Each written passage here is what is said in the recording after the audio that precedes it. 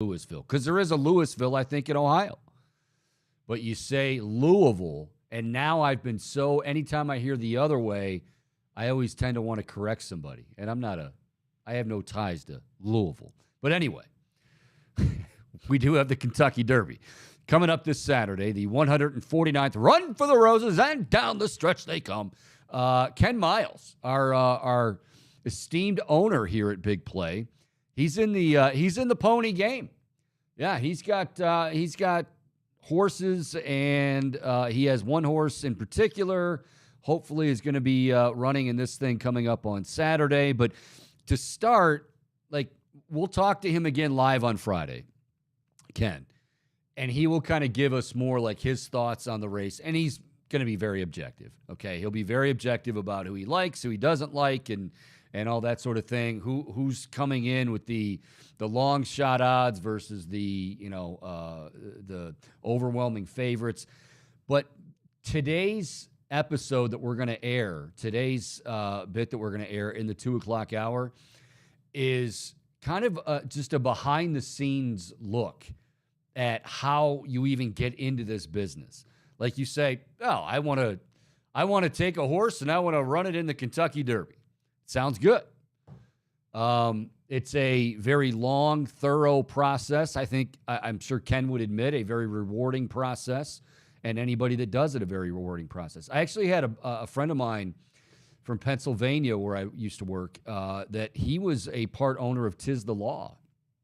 And Tis the Law was actually the favorite in, was it last year or the year before, Kentucky Derby. So, it is very, very exciting stuff, but we will indeed talk to Ken Miles coming up in the second hour of the show. Boom, you're already kind of chuckling.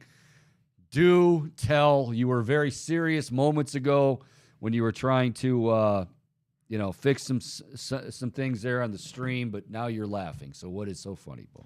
Well, yes. First off, we those issues have been resolved.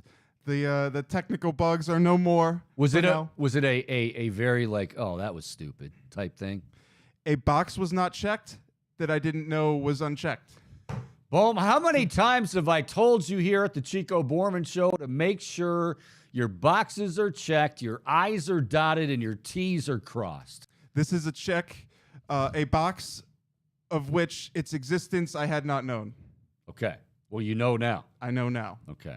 So how you doing, bud? Good? Yeah, I'm doing well, Chico. That's good.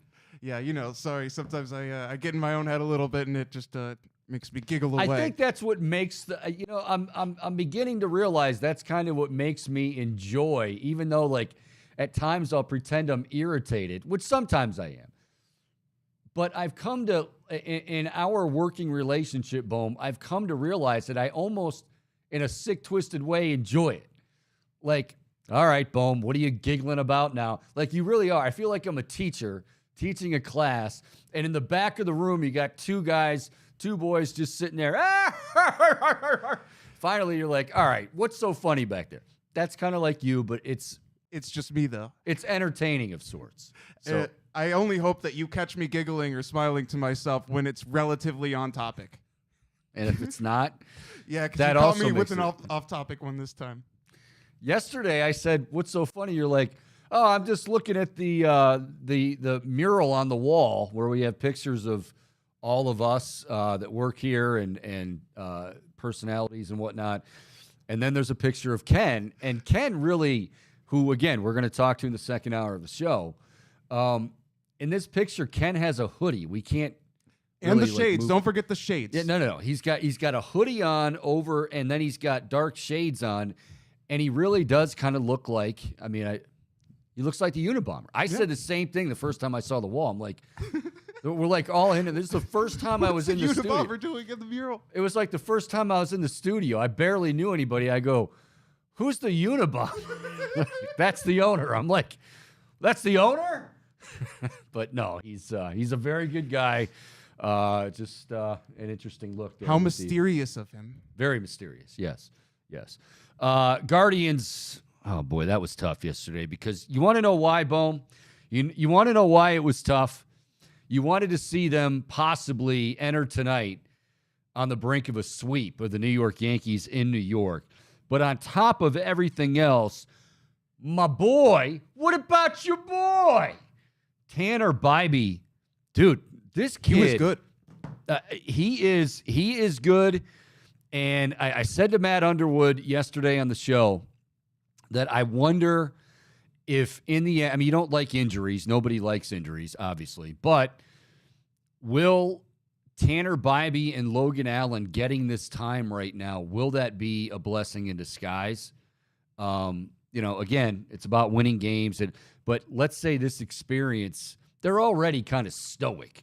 I mean, they're already like two guys, especially Bybee, where like a lot of guys in the Indians development, the farm system, pitchers, whatever, they have that poise, which is something that I don't think is by accident. I think the Guardians absolutely positively look for that.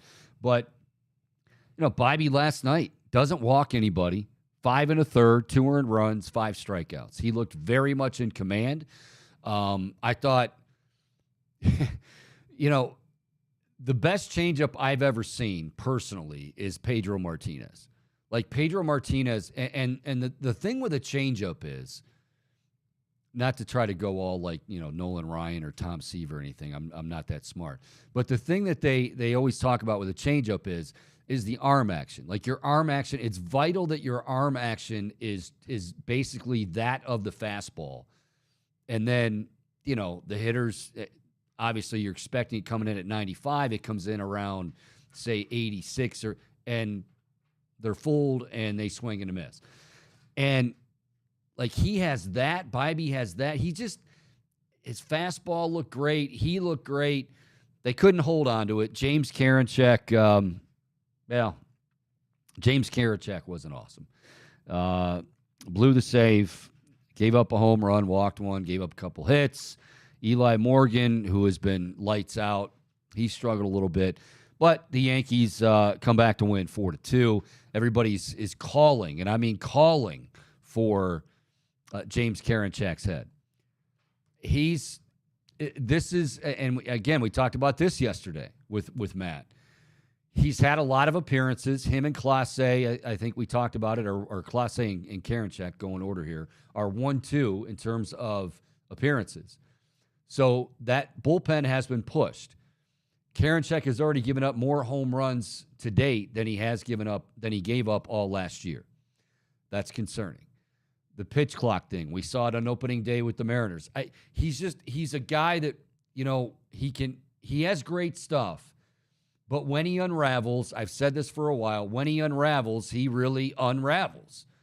And it's starting to get to the point, I think, with fans. I sense a Brian Shaw mentality from the fans with James Karinchak. Like, as soon as he comes out of the pen, the fans panic. The fans don't want him. Fans are telling him to go back. And Brian, here's my thing. I always defended Brian, and will always defend Brian Shaw, because Brian Shaw had earned the trust of Tito. Brian Shaw didn't just lead, the then Indians in appearances. He would lead the league in appearances during that stretch of, 2015, the World Series 2016. He was getting, 70 appearances. I mean, he was all over the place. And by and large, he did a great job, and I mean a great job, when it came to high-leverage situations. So then when he started to falter, or when he would falter occasionally, people wanted to just crush Brian Shaw, and I thought that was unfair. Now, of course, I got killed for it because people said then I was just defending Brian Shaw. But Karinchak doesn't have the cred that Brian Shaw does. And now fans are going to, like, they get nervous seeing him coming out of the pen. One thing that I think is very important, they need Sam Hentges to get back and get back healthy. The problem is, we talked to Matt about this. He's close, the big lefty, and he's good.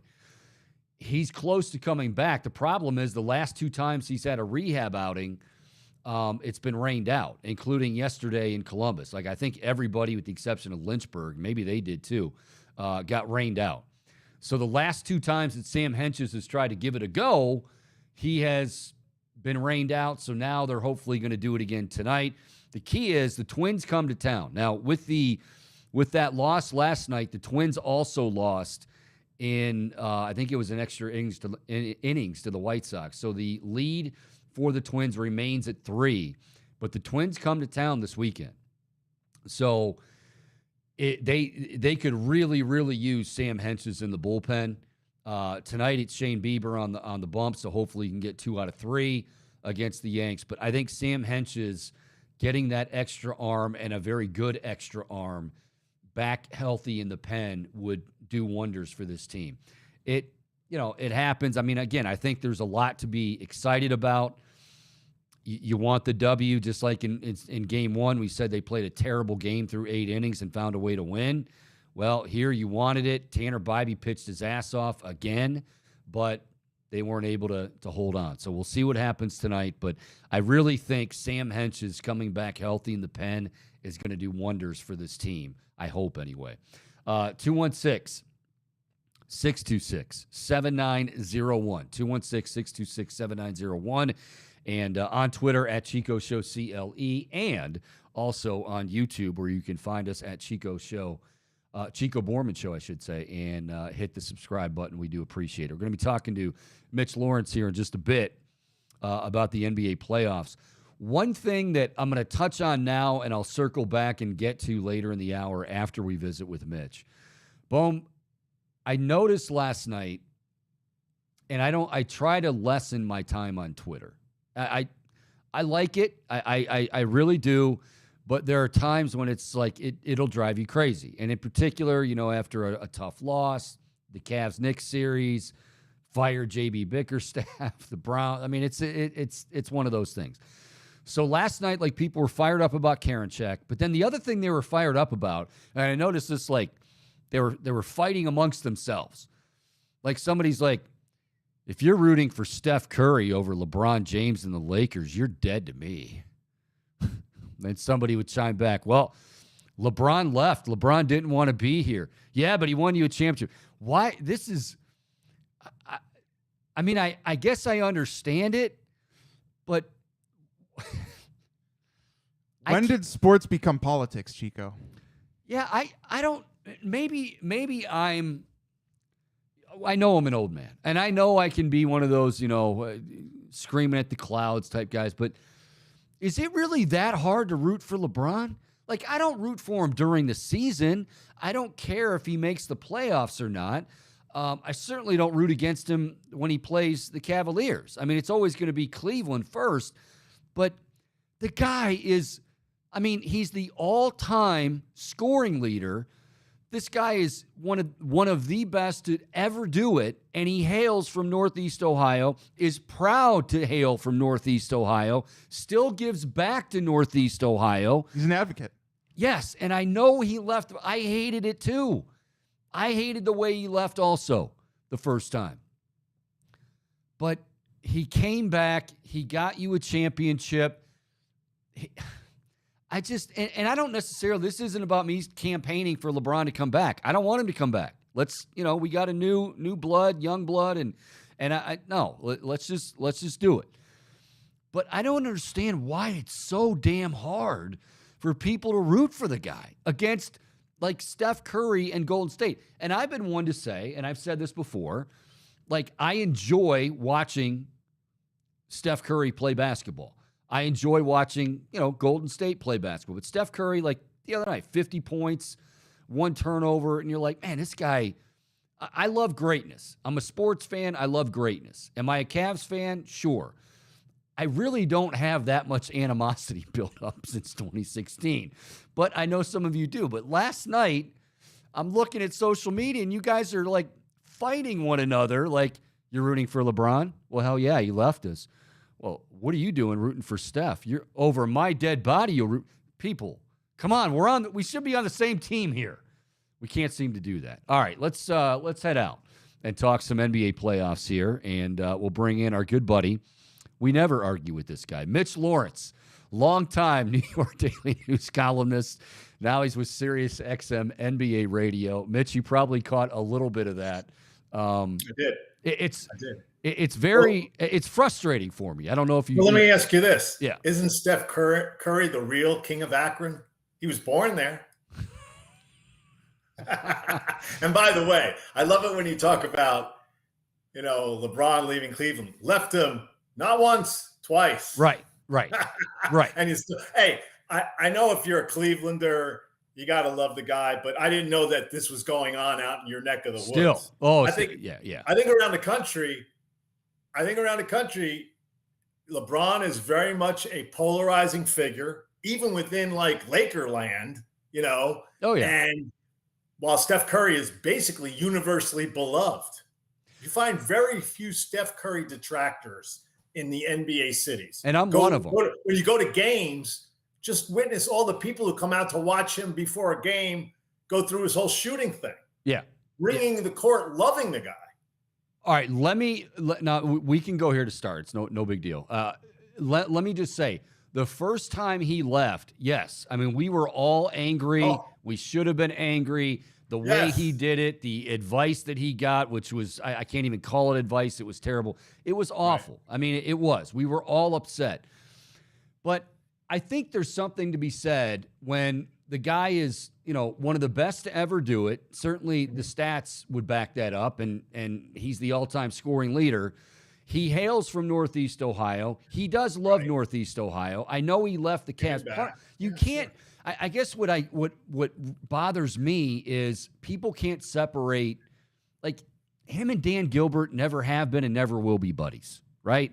And I think everybody assumed when he came back and they won the championship that, they're going to hug it. No, it was always a business venture. He leaves again. Yeah, I didn't like that either, but I still think he's represented Northeast Ohio well. Now, I'm one of the ones that you just said. Like, how can I find myself, I can't root against Steph Curry. Like, he's too great. He's too great. But it is something that is still going on here, and it befuddles me to some degree. I don't know. Well, so we'll see what happens. Right now, LeBron better. He's not worried about that. LeBron better find his legs in his jump shot. Why is he shooting so many? He's shooting like 15% beyond. Now, I can say this. He's like 6 of 42.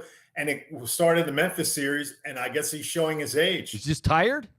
I guess. He's 38 years old. He's been playing a long time. The legs go first on the jump shooter, right? And if Golden State can get Wiggins to be offensively minded, or whoever LeBron is guarding, and, take it out of him some more, I think that's the way they have to go. Although, last night for Golden State to make 15 more threes than the Lakers, 30 assists, limit their turnovers, and still get beat, that's an outlier type of game. So, but, what Golden State fans are also looking at is it's one game, and okay, Anthony Davis played great. Who's going to guarantee Anthony Davis continues on that path? That was my next question. Anthony Davis has played like 19 or 20 straight games now, which has happened how many times? It's like Haley's Comet. When he never plays 19 straight games, which means he's due to go down with something. He did that at Kentucky. Okay. Yeah. So, what's going on in that series? I feel like, and I think when you look at everything, I agree your assessment there after game one. Like, yeah, the Lakers won that game. They won that game in large part because AD was vintage AD. And yes, it's still in there. When he can be vintage AD, well, he's one of the best in the game. But again, when can he be that? But I think the other part of that is, and I wonder how much credence you lend to this one, and that is, they come off the Sacramento series where, I mean, it's just small ball. You're racing up and down the floor. And then all of a sudden, you don't even have much turnaround. You face the Lakers, and you've got, height everywhere. Yeah. I think that probably messed with Golden State a little bit, at least in game one. They may have. It's a quick turnaround. But they've done quick turnarounds before. But then again, that was their second half against Sacramento. I mean, a lot of it was how Sacramento could not defend Steph Curry, could not get a defensive rebound to save their lives. Kevon Looney was unbelievable as he was last night in terms of rebounding. All right, that's one game. It's a long series. Golden State probably feels like, although, regular season-wise, they weren't a good road team, but against Sacramento in a very tough place, they won, 2 games, 5-7. They figure the crowd, I've been to Laker games. The crowd is not, it's not nearly, where would I rank it in terms of hostility? Down towards the bottom of all playoff teams. I mean, you go into New York, you go into Boston, you go into some of these towns, Sacramento back in the day, and even last weekend. I mean, that's a venomous crowd. Nobody ever called the Laker crowd a venomous crowd. So I still like Golden State in the series, but size-wise, yeah, if Anthony Davis strings along some games where he's getting close to 30 plus 20, that's going to be advantage Lakers. I mean, it feels like not to boil it down to just one guy, but if AD plays like that, and not only plays like that, but is he going to be able to, I think he played the entire second half in that game, and I think he played is that sustainable? Because if it is, and he can play at that level, then you got to like the Lakers. I don't think it's sustainable. I think he'll get hurt. Going into the playoffs, I thought, the players most likely to be injured in this playoff run, Kawhi Leonard 1, good Chris choice. Paul 2, Anthony Davis 3. What's happened in the playoffs? Kawhi Leonard, right? Knee. Again, we don't know his future. Chris Paul, again, has a playoff injury that's so significant. You got to love Denver's chances now. Anthony Davis isn't hurt yet, but I'm telling you, it's coming. I'd be shocked if he actually went through a series where he didn't get dinged, where he didn't limp off the floor at least once and maybe lose some games or time. Talking NBA playoffs with our good buddy Mitch Lawrence. He, of course, formerly a longtime New York Daily News columnist covering the NBA, now with Sirius XM NBA Radio. We always love talking to him here on the Chico Bormann Show. All right, let's go over to the east side of things. The talk tonight seems to be Joel Embiid. First of all, you stole home court advantage. You're able to get game one.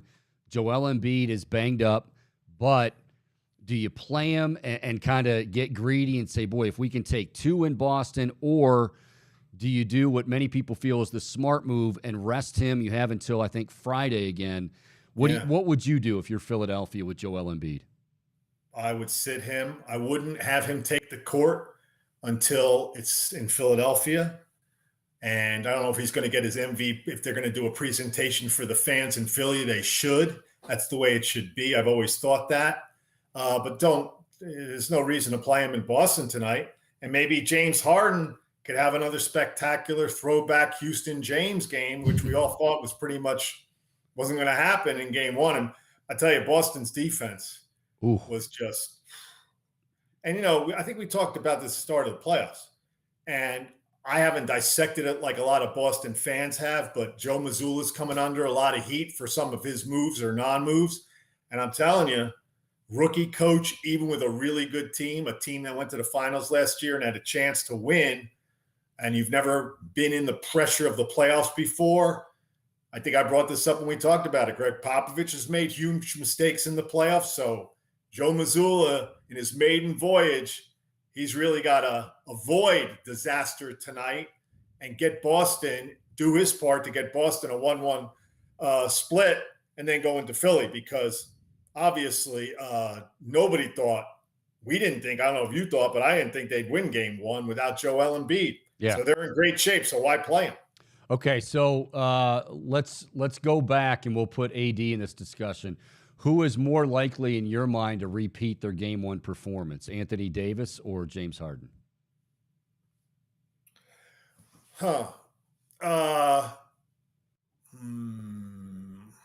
a good one. That's a tough one.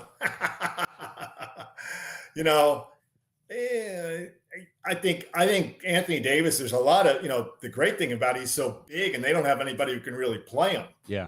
He scores around the basket. So, but he's got to be aggressive. I mean, Harden, I just don't know if he can put together another, 45 the other night, the way he shot the ball. And that last 3, no, I don't know about that. I just don't know about that. So I'll go out on a limb. Either way, you're going out on a limb, but I'll take Anthony Davis as the guy who I could see have another game like he did in game one. Okay. How are, again, I know you're in the area, so, and I know you certainly have a good pulse of what what's going on with New York fans. Are Knicks fans Are they nervous right now? Are they confident? They were very confident against Cleveland, and you know what? They should have been, because they knew more than all of us did. They rolled that 4-1 series win. Are they as confident against this Miami team? Well, full disclosure, I'm nowhere near the New York area now. I'm even west of you. I'm in Texas, of all places. But I still maintain New York ties, talk to people up there, talk to people involved in the series. You know, without Jimmy Butler, Miami's going to have a tough time winning that series.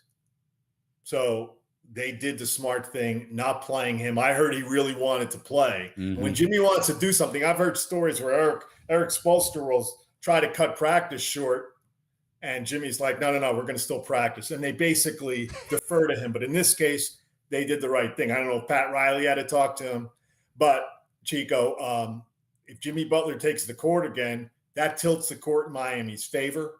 I think the Knicks we saw last night, until the last 6-7 minutes, it was Miami's game. And then down the stretch, Brunson took over. And, the one thing about the Knicks is they beat Cleveland, which is here, and Miami beat Milwaukee, which was there. Right. I mean, Jimmy Butler outscored Milwaukee's big three, Giannis, Middleton, and Drew Holiday, in the last 2 fourth quarters by himself combined. And so we know what Miami can do. They're well coached. They've got role guys who accept their roles, know what they're supposed to do, and they beat a much better opponent in Milwaukee than what the Knicks did. So we're going into the series. I like Miami's chances because I figured they beat a better team, and they've got Jimmy Butler for fourth quarter heroics, whereas the Knicks, I just don't know what they're going to get out of even Brunson, because I figured this is what they're going to do. They're going to pack the paint against Brunson, which they showed you they've done. And they don't allow him to go one-on-one. They always have extra people, and it's going to have to be the Julius Randles and the Josh Harts and the RJ Barretts who are going to beat them. I don't have much faith in those guys. What is it? I mean, you kind of described it there, but give me the biggest thing that Miami presents, the biggest challenge Miami presents to New York in this series. Well, what they present, they're not big. Right. But they're experienced guys who play well together and are well coached, and they're not going to beat themselves for the most part. And they're going to spread you out. They're going to shoot threes. They play a very good style that translates well to the playoffs. And I think, although a lot of people feel like, well, the Knicks have more talent, Miami's talent is Butler, Bam, and then a lot of role guys and undrafted guys. They don't have Tyler Hero. That's been a big loss. Huge, yep. Although some people think with him not dribbling around a lot, that's still good for them. But when you got guys like Strus, Gabe Vincent, Martin, those guys they developed, they're solid players who, as we've seen on the road in big spots, don't shy away from the glare of the big lights, whether it was in Milwaukee series or in New York. And going home, I think that's going to translate really well. So they're a very good, dangerous team. They're really not an 8th seed, right? Yeah. You look at Miami, that's a regular season thing. Now as a playoff team, in the East, I would rank it Boston's 1, even with that loss. I'd still rank Miami ahead of Philly, and then the Knicks 4th as your 4 last teams.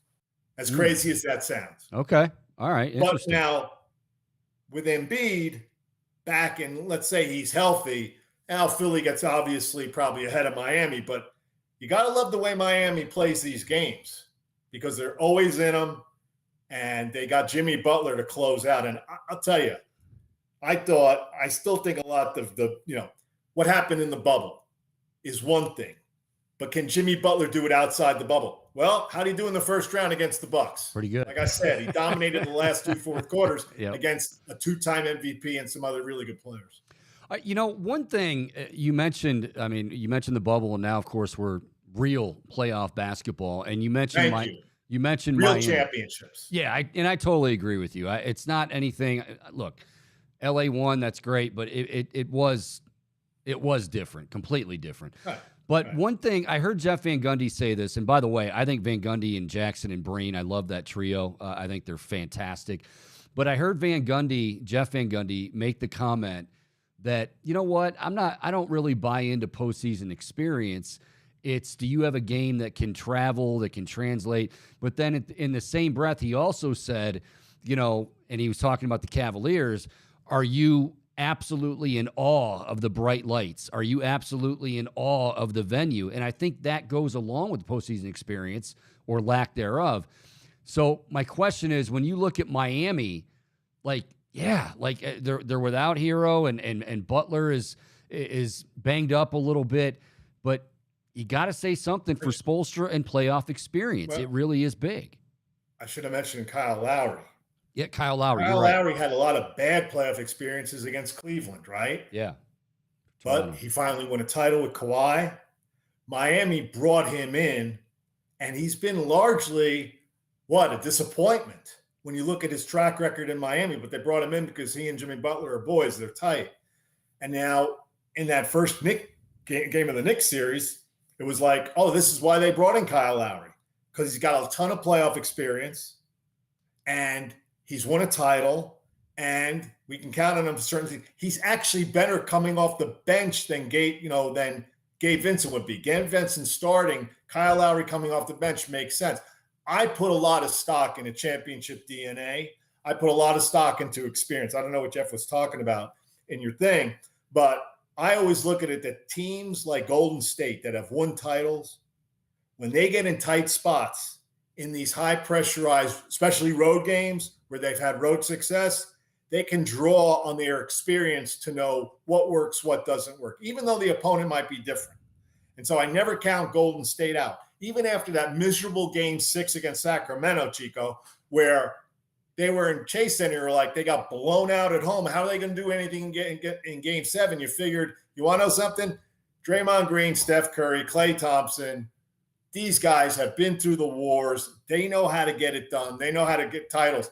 Now, did I think Steph was going to get 50? Not exactly, but I thought they'd make game-winning plays down the stretch versus a Sacramento team, like Mike Brown said. The only way you can, know about Game 7 is to experience it for all of his guys who've never been in a Game 7. And you saw in the second half, they became unglued, and I think a lot of that had to do with they weren't ready for the moment. They weren't ready for a Golden State team that knew how to execute game-winning type plays in that situation. So I'd say, yeah, I'm looking at experience and championship experience for my players. That's who I want. Okay, we'll get you out of here with this, buddy. Obviously, we saw the Cavs. Yeah, not much of a fight for the against the New York Knicks. It was awful. Yeah, it was bad. And you know what? Like I said, all the trash talk that the fans were saying, well, I guess unfortunately sometimes you gotta just grin and bear it. But here, as you can imagine, fans are upset, in the moment, and they're, you get rid of JB Bickerstaff. I mean, just stuff like, and I know fans are fans. I think, look, are there some things that JB learned? I'm sure he did. Are there some things that JB would love to do differently? I'm sure, absolutely yes, and he will. This is everybody on that roster, everybody in that building is culpable. It doesn't erase a great season, but I think it just reinforces. And fans didn't want to hear this last year. Like when they got bounced in the play-in tournament and they said, well, if they can just get it. And then they get Donovan Mitchell. Man, they get Donovan Mitchell. They're going to the East Finals. This is where I think there's something to be said, a lot to be said about that experience. It's not just something that we talk about and roll our eyes at. It's real. And you saw it in that first round. Well, experience is one thing. They need some more talent. And toughness. Talent, toughness. You looked at that team and you said, now Donovan Mitchell did not have how bad was he in the series? Yeah. Right. And you're going to need bigger guys. You need, their two bigs got totally outplayed by the Knicks. I mean, Mitchell Robinson looked like, you couldn't keep him off the glass. He's like Moses Malone Jr. out there. So they need some more talent. They need, this will help them in seasoning wise, getting adapted more to having their first run. As you said, some of these guys were playing a road playoff game for the first time. And when you're in Madison Square Garden, unless you're of recent vintage, Trae Young, I think we talked about that. Yeah. He walks into Madison Square Garden, hits a game-winning shot, and he's off to the races. You said, this could be a special guy. That for a lot of players, that takes years, one or more seasons, if they ever come around to that. So we'll see what Cleveland does, but they definitely have some roster shortcomings. They had a very good year. It was a disappointing playoff thing. It was almost like at the end, I was like, how'd they win a game? Yeah. How did they actually win a game against the Knicks? That could have been a sweep. So we'll see what they do in the offseason, but I'm not blaming JB or anybody. And by the way, congratulations to Kobe Altman, who finished second. Executive of the Year came out today. He finished behind Sacramento's Monty McNair. I don't think anybody's going to have a problem with that. Kobe Altman was second, and Justin Zanuck, who pulled off, he gets the Utah. He's the Utah guy, although we know it's Danny Ainge. He finished third. They had that big trade with Gobert too. So yeah, see what happens in Cleveland. Right, Kobe Altman. A few years ago, I remember saying this when they had basically it just imploded. Kevin Love was arguing on the court. He's pouting a lot, and you remember what I'm talking about. And and I remember at the end of that season, we're waiting for the end of season address from Kobe, and 2 days went by, and then a week went by, and then it was almost 2. And we're all like, what is Kobe Altman? Is this guy in over his head? No, he knows what he's doing. And, okay, now he knows. A smart guy. He saw the series. He knows we got to get tougher. I think he's going to answer those challenges. But I just think people here sometimes we get too – and that's part of being a fan. Like, oh, well, hey, you had Donovan Mitchell. Now you got a superstar. There's a lot that goes into it when you talk about these teams that are making regular appearances in the postseason. It is just not that easy. Yeah. I mean, look at the East. Yeah. Now, Milwaukee got knocked off, but going into the playoffs, it was Milwaukee, Boston, Philly, right? Who you looked at as the class. Somebody, probably Milwaukee or Boston, was going to come out of that, Philly long shot. After that, you're still looking at, before Cleveland, Tom Thibodeau is very experienced coaching the Knicks, although last year was a disappointment. You're still looking at Miami, despite their regular season. But we all know now Jimmy Butler picks and chooses when he wants to play. They're going to be a handful. Cleveland's on that couple of tiers down with those other teams. They're not an elite team. They don't have a Giannis. They don't have a Tatum. They don't have an Embiid. Why? Because LeBron James left you twice. We begin with it and we end with it. I love how you circle back there at the end. All right. He is the great Mitch Lawrence. We love talking NBA hoops with him. Longtime New York columnist and now with Sirius XM NBA Radio. Mitch, it's always fun, buddy. We'll do it again. Thank you, pal. Thanks, Chico. Take care, man. Enjoyed it. See ya. All right. That's not once, but twice. Yeah, you can across the league, across the country. LeBron is not, and he never will be. He's not going to be. It's not even a matter of is he Michael Jordan, and you can argue that all day long. Who's better? Whatever. That's fine. It's good debate. The bottom line is a lot of it. There's a popular vote, don't we? Isn't that political? Boom. Is it popular vote? Electoral college. I learned something about that years and years ago when I had a lot more hair than I do now. But he's never going to be on that that popularity as far as a lot of fans, and here included. But I think sometimes we get, I don't know, it's like you just want to crucify the guy, and I guess I don't understand that mentality. Now, if you want to tell me that, you know what, I don't really care who wins between the Lakers or Golden State, fine. Honestly, I don't really either. If the Lakers lose and LeBron loses and he plays poorly, I'm not going to lose any sleep. But I don't understand the people that are like, oh yeah, I want Steph Curry and Golden State to just embarrass the Lakers, embarrass LeBron. And I don't know. Like I don't get it. Now, again, Mitch brought it up, and that's kind of the national, you did it not once, but you did it twice. Yes, the first time, there was no excuse because the way you did it and everything, but he comes back, he wins a championship.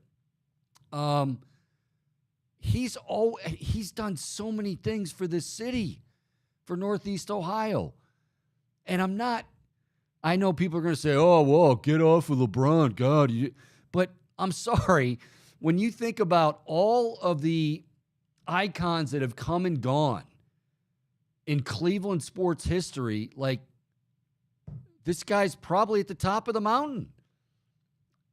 I mean, he's Jim Brown, but the thing is he's from Northeast Ohio. Maybe that's what it is with those that hate him, is that you should know that, hey, it's tough being in Northeast Ohio from a national landscape. And so you should know more than anybody that if you leave us and you leave for greener pastures, well, that's what everybody would expect you to do. That's why you shouldn't do it. I don't know. Maybe that's the mindset.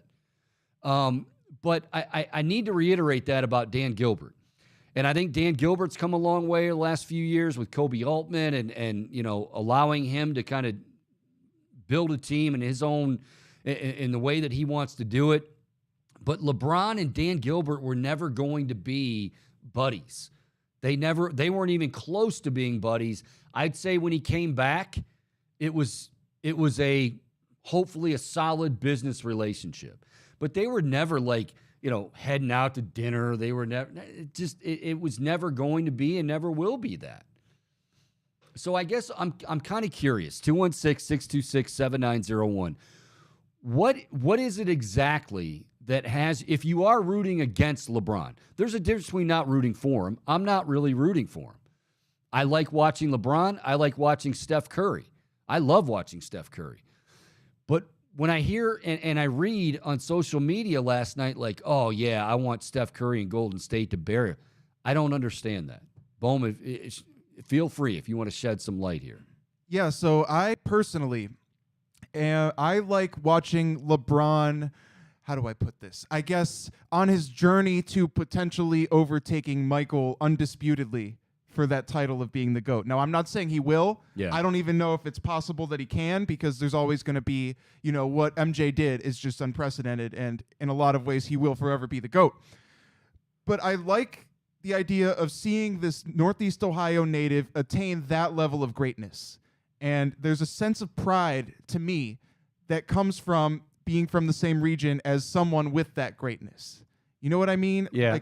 And now, granted, as Mitch did point out, and he's not wrong, Steph Curry is from Akron too. Now, if this is just a battle of which Akronite is better. He was born in Del Curry. Come on. I mean, yeah. His dad was on the Cavs when he was born, Chico. That's a big deal. See what you started, Mitch Lawrence. Hey, you know what? The thing is about this, and this is one of the reasons I love being from Cleveland and saying I'm from Cleveland, being proud to say I'm from Cleveland, is we are all very, very passionate. We stick together. We have a bond. We may argue about some silly things, but for the most part, I've always said it. I'm always proud of this. No one is ashamed to say that they're from Cleveland. People think we are from outside of Cleveland, but we're not. Matter of fact, we got no problem screaming it from the mountaintop. So maybe it's just that. Maybe it is just the idea that he knew better than anyone. Don't leave us like that. Come on, man. It's so hard to not only be relevant, but then to be great in the spotlight. And it's been so long. And how could? Maybe that's it. And maybe I just need to understand that. I don't know. That's fair. 216-626-7901. Getting a few tweets here. We'll come back. We'll tell you about that. And also, we've got Fair or Foul to come. And then, as I said, also a very special inside look at owning Derby horses and kind of what the Kentucky Derby is all about with our owner, not the Unabomber, Ken Miles. We will air that for you in the second hour of the program. It is the Chico Bormann Show.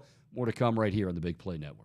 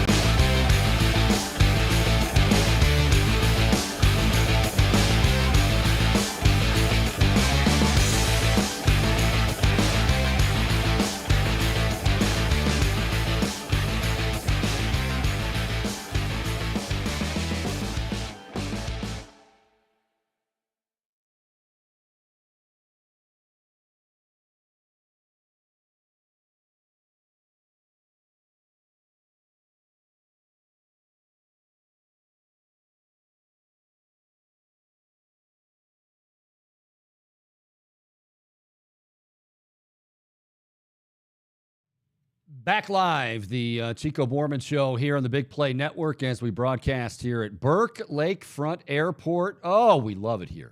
We absolutely love it here. Got a great view, and there's actually, well, I almost need shades. This is incredible. My eyes are not used to this this bright thing in the sky, but hopefully the weather is getting better. It's great to have you along. 216-626-7901. Follow on Twitter. We are live streaming there every single day, well, Monday through Friday, 1 to 3 at Chico Show CLE. You can also find us on YouTube, Chico Bormann Show. Hit subscribe. All right, we're going to get to fair foul here in a moment, and then we've got a special behind-the-scenes look on the Kentucky Derby in the second hour of the show as well. But what is going on? I'm really not trying to. This isn't about trying to poke fun of the guy. So Patrick Mahomes' brother, who basically became famous, one, because of his last name, and two, because like him and I guess it's now Patrick's wife. I forget her name. Brittany. There you go. So I guess, you know, they love to like troll fans occasionally. They'll go crazy at Chiefs games and whatever. So basically he's kind of a loose cannon, shall we say, Jackson Mahomes. So, Boom, you were telling me this story. The incident itself actually happened a couple of months ago, but Jackson Mahomes, the younger brother of Patrick Mahomes, obviously, was arrested today on charges of aggravated sexual battery. He's 22 years old. He was booked into a Johnson County detention center, $100,000 bond. Gee, I don't know if Patrick's going to be able to bail you out there, Jackson. He has been charged with 3 counts of aggravated sexual battery and an additional 4th count of battery. And I'm looking at the video, and he's like, she's an owner of this of a bar in Overland Park, which I guess is just outside of Kansas City. And the surveillance video, which I've seen, of course, it's published by who else? TMZ, appears to show Jackson Mahomes, not Patrick, Jackson, kissing a woman while his hands are grasping her neck. The 40-year-old woman, the owner of the restaurant, also accused Mahomes of shoving a member of the restaurant's waitstaff in a separate incident. She's basically, and like after he kisses her, like she's like wiping her mouth. She doesn't want him to be bothering her. It's clear. I just, like, what is this dude? What do you think he does daily? Like, I mean, Boom, all of us have some sort of a routine. Some more than others, some busier, some not. But, like, your brother's Patrick Mahomes, and I get it. Like, he's got a lot of money. He's worked hard, and yeah, you want to kind of have fun with that. But he's 22 years old. Like, don't you think Patrick's annoyed with him a little bit? Maybe I'm wrong. It's your brother. You love him no matter what. But don't you think Patrick's just a little bit annoyed that Jackson is just constantly, this stuff is constantly in the news, or seems like it anyway? Chico, I don't know how he can't be. And I think that, honestly, like, the most flack that Patrick Mahomes has to catch, like, from outsiders, from haters, from trolls, it's got to be about his brother. You know, there's, like, nothing, there's very little that you can criticize about his game. There's very little rational hate that he would warrant about the way that he plays on a football field or how he carries himself off a football field. You know, maybe you could hate on him for his Kermit-esque voice. But there is nothing about Patrick Mahomes that catches more flack than Jackson. Well, and let me say something else about this, because I look, he's handled himself very well. You've got no problem with Mahomes. Not just, obviously, he's a great player. If it were, like, there have been wives of players. Remember when Aisha Curry drove everybody nuts in Cleveland 2016? Like, okay, Brittany Mahomes is very outgoing, shall we say. She can be loud at times. But I don't know, like with players' wives, you just, okay, hey, that's how. It's different with this dude, because he feels like he's got, it's almost like he's a Kardashian. That's what this feels like. Like he's got no... He's riding his brother's coattails. Yeah, he has no life. Like if it's, like I said, if it's your wife, hey, you know, that's how she celebrates. She's stands by Dumping her champagne on fans. stands from the by loge. stands by her man, and yeah, occasionally gets a little exuberant and zealous with the champagne and the fans, but ultimately, okay, it's Patrick's wife, and she loves her man, she loves her Chiefs, and whatever. This dude, I can't. You don't you feel like he's going down the road of some like reality show? I was gonna say it has like very child actor vibes. Yes. You know, like when yes. you see like we see him rise in this era. He rises to TikTok stardom, right? Becomes his own content creator, and then all of a sudden you have the flame out. Yeah, like the last paragraph here, because otherwise somebody for the first time is reading this and they're going, okay, so he's famous just because he's Mahomes' brother. Mm-hmm. Yes, but at the end it says Jackson Mahomes has a large social media following and frequently attends Chiefs games. Like, what else does he do? That's what I want to know. What else does this guy do? Is he like Kato Kalin at OJ's house? Does he like live on the property and he just wakes up whenever he wants to? And I don't know. He's living the life, Chico. And at some point, Patrick might be like, dude, I love you. And yeah, I mean, I'll take care of you and all, but just don't embarrass us, you know? Does Jackson eat steak with ketchup too? I was trying to think of a ketchup and steak reference too. We're on the same page here. That is odd. Yeah, well, that's scary too that we're on the same page. Yeah, I was thinking about that last week when we had that fancy dinner with the suits, you know, like Ken and Dave and people that really matter. Like I can't imagine putting on a steak like ketchup, but you know, to each his own. I don't want to. I like Patrick Mahomes, but this guy, it just feels like he is every bit going down that road of a Kardashian, and I feel like at some point Patrick's got to be like, look, dude, I love you. You're my brother, but you need to chill out.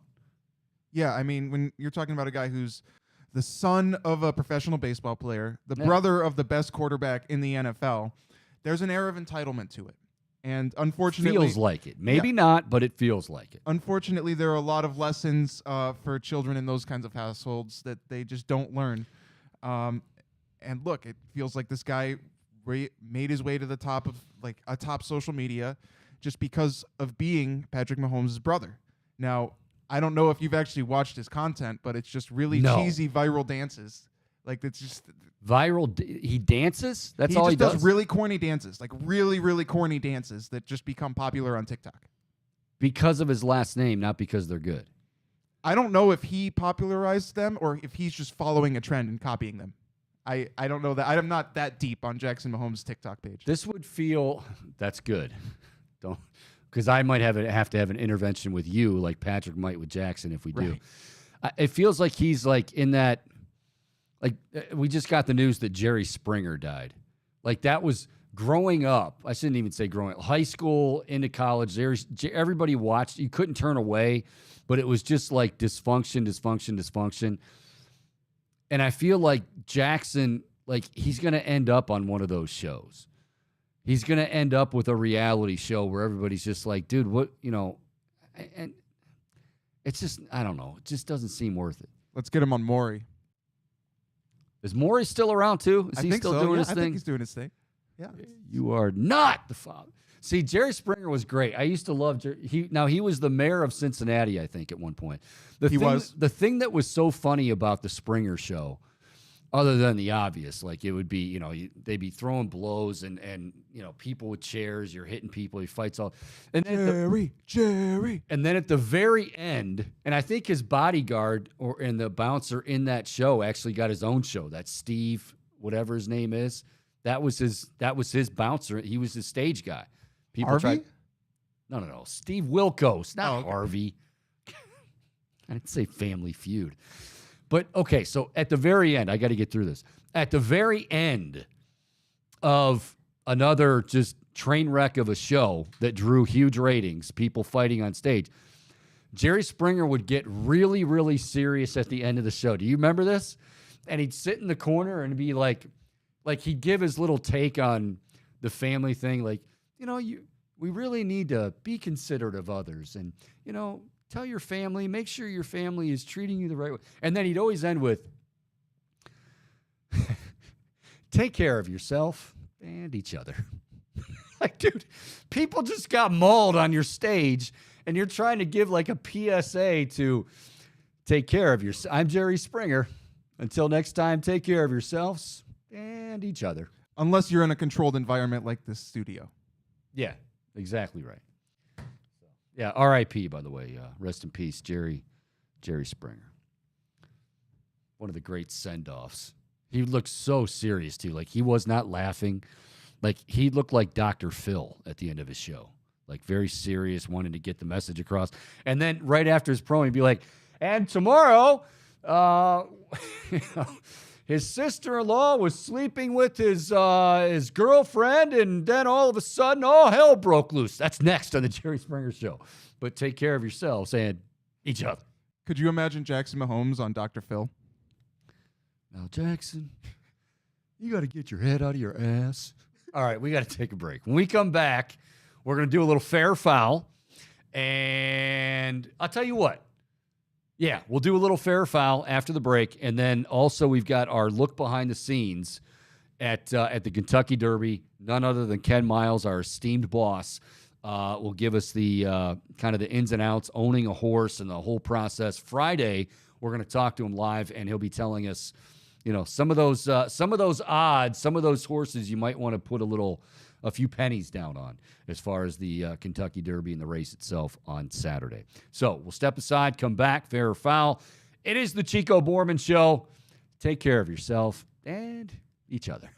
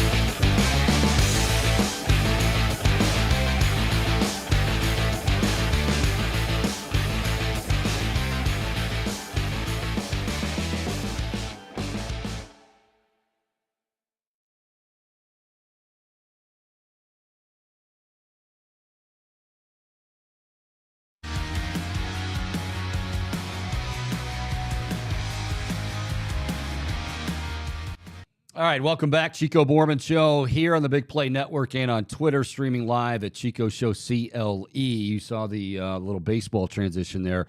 We got some news. Zach Meisel, the great Zach Meisel, covering the Guardians for The Athletic.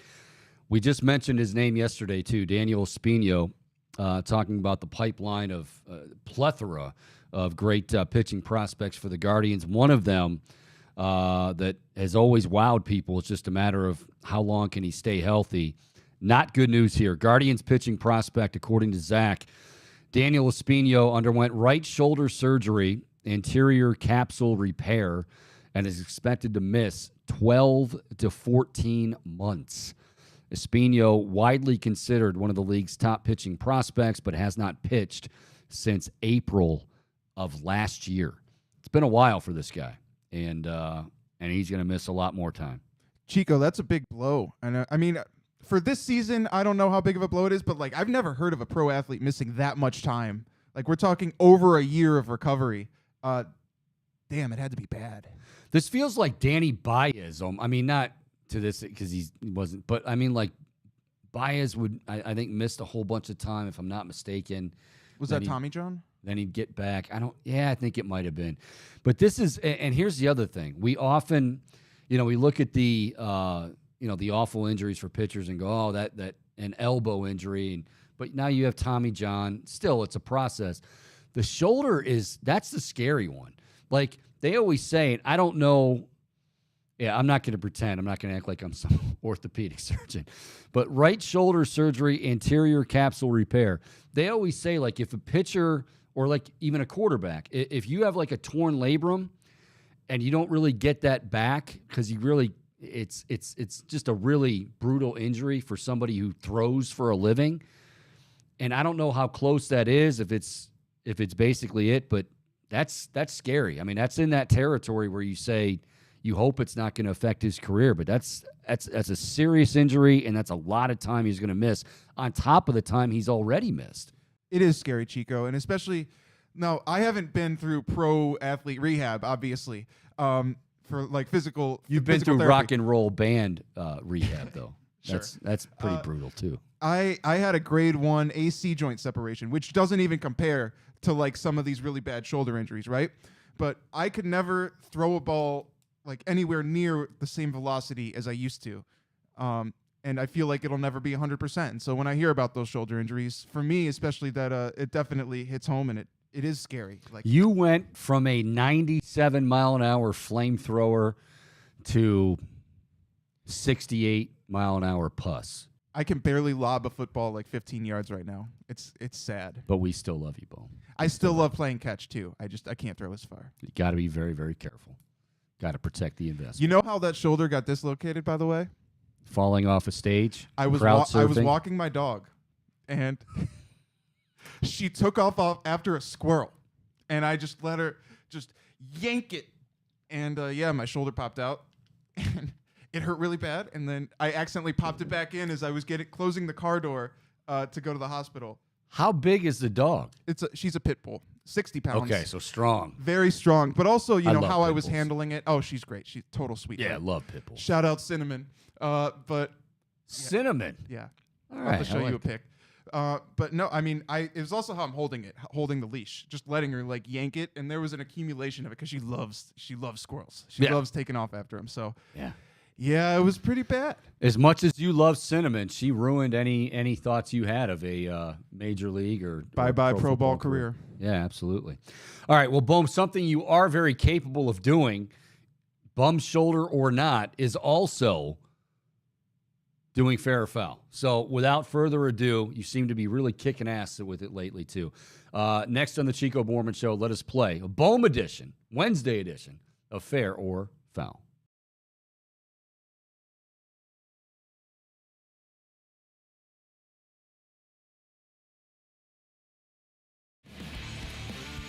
All righty, as we roll into the 2 o'clock hour, a little past, and want to let you know we will be airing a special piece. We taped this last week with one of our owners, our esteemed owner, I should say, Ken Miles.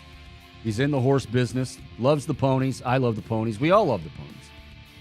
Kentucky Derby, 149th run for the Roses this Saturday at Churchill Downs in Louisville, not Louisville, Louisville, Kentucky. Kind of gives us a behind-the-scenes look at, owning the horse, the process it takes to get him or her to, because there can be fillies running in the race. And then on Friday's show, we're going to hear from Ken live and get his thoughts, some picks. Picks to click. Nobody's ever used that before as a bit. So we'll talk to him coming up in a bit. But right now, as I said, it is time for Fair or Foul. What's up, Bohm? Now, quick question. Is he allowed to bet on the Kentucky Derby if he has horses in the race? Yeah. Matter of fact, I know they do. I was just about to say that's a very good question, but I don't think that. Yeah, they totally. This isn't the NFL, the No Fun League. Now, you can bet on your ponies here. If Roger Goodell, actually, Raj would let you if you're an owner. Yeah, it's you can do whatever you want as an owner. It's if the horse wanted to lay a bet down. So if Jim Irsay bet against the Colts, you think that Goodell would let that fly? As long as it didn't get out, he wouldn't care.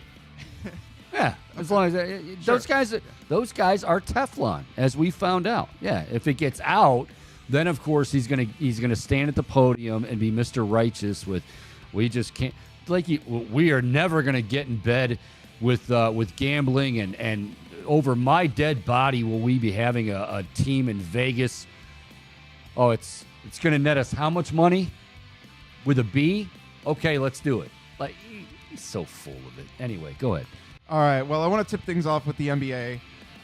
Yesterday, we spent a lot of time talking about Dillon Brooks after the Memphis Grizzlies released a very adamant, straightforward statement, if you will, saying that they have no intentions under any circumstances to bring Dillon Brooks back to the organization. And they said under any circumstances. Yes. That's what really got me yesterday. They said it, not me. So with that, Kendrick Perkins, former Cavalier, former NBA big man, came out in defense of Dillon Brooks, saying that Memphis did him wrong after he gave them 6 years to the organization.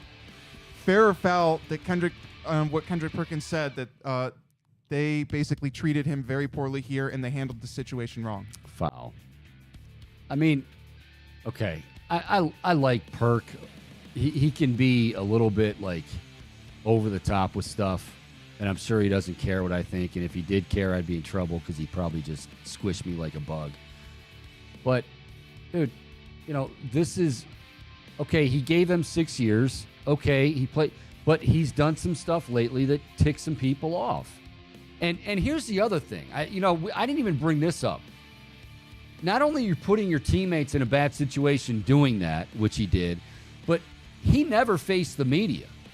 It was well, I'm going to make these proclamations, these declarations, and not be able to live up to them, and we lose, and all of a sudden, I don't want to talk to anybody. Well, guess what? Well, then they want to talk to Ja, and they want to talk. So, he got what was coming to him. It doesn't mean, it's not like Memphis can't say, hey, we really, we appreciate the 6 years, but under no circumstances are we bringing you back because we just don't like the way you handle your business. That's fair. What Perk said, foul. What Brooks or what the organization said, fair. Perk saying, foul. I'm sorry, Kendrick. Don't hurt me. But, yeah, I disagree with him. Okay, well, from one NBA topic to another one, Chico, that Heat-Knicks matchup, without Jimmy Butler, without Tyler Hero. Now, we heard Mitch Lawrence say maybe the Heat are better off in this series without Tyler. Dribbling all around. Yeah, but so it was, I was kind of astounded to see the fact that the Heat very easily could have walked away the victors of that matchup last night. So with that, I want to ask you, because you have to imagine 3 days off before the next game that Jimmy Butler will be back. Fair or foul, having no faith in the Knicks to pull off this series after seeing them just scrape by last night?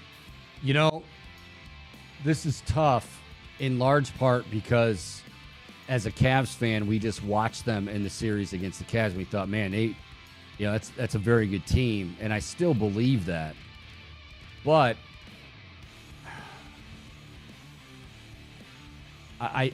boy, you're saying, one more time, phrase it for me, that the Miami Heat will Is it fair or foul to not have any faith in the Knicks pulling off this series after last night? I'll say foul. I mean, I don't. If you have faith in the Knicks, they still have Tom Thibodeau. Jalen Brunson's still a great player. Now, Jalen Brunson's banged up too, though. Julius Randle, at times, Julius Randle looks like he's playing at the YMCA. I'm stealing that from somebody on Twitter because I thought it was, but it really does. It looks like he's playing at the Y. He still can't. Anytime you've got guys, you've got role players. Josh Hart, who nearly had a triple-double, I think, in that game. Hartenstein's great. Hartenstein, I should say. And, Mitchell Robinson. Now, Miami's got some guys to counter with. They've got the great role players that Mitch talked about. They have Eric Spoelstra. They have a lot of those ingredients that the Cavs just did not have. But I think it's foul to say that you have no faith in New York. If they didn't win last game, which, they had to fight and claw to get, okay, yeah. But it's tied at 1, and, we'll see what happens in Game 3. But, yeah, Jimmy Bucket's coming back. The way he's played, I give him all the credit. With Jimmy Butler, I've always thought great player, no doubt.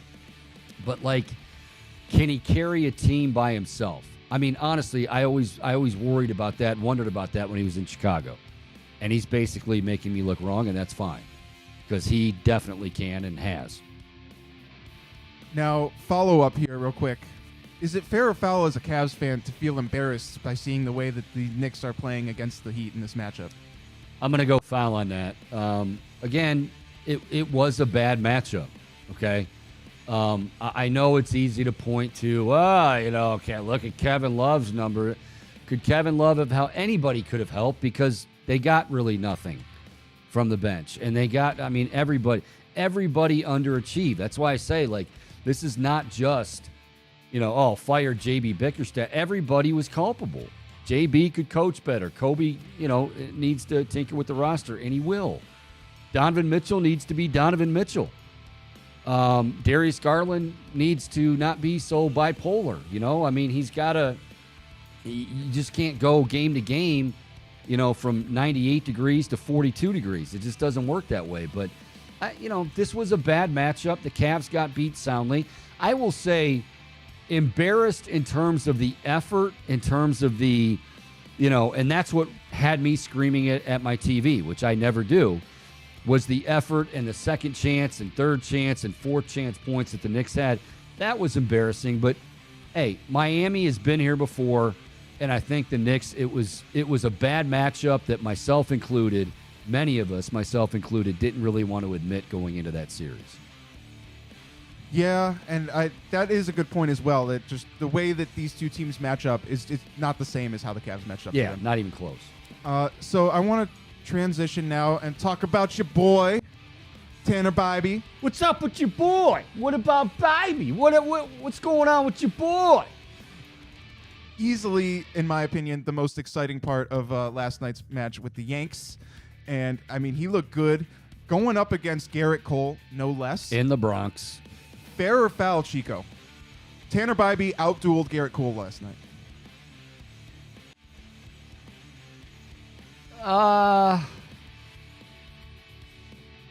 Yeah, okay. Again, it comes down to the win and all that, but I would say just watching some of the swings and misses that Bybee got was very, very impressive. So, I'll give the nod. In the end, I don't know if it matters per se, but put it this way.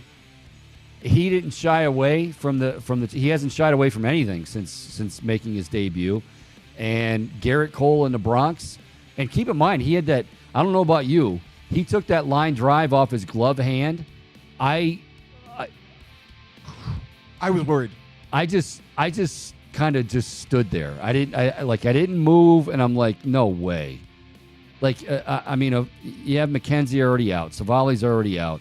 There's a few things going well, some things not going well, but a few things going well, and Bybee's right at the top of the list, and he's going to take a 108-mile liner right off his glove. But apparently he's fine. I'll go fair on that, though. I'll say he outdueled Garrett Cole. And certainly, without a doubt, plenty of reason to feel excited about the young buck. But with that, I want to ask you, because we go from the good to the bad with the Guardians.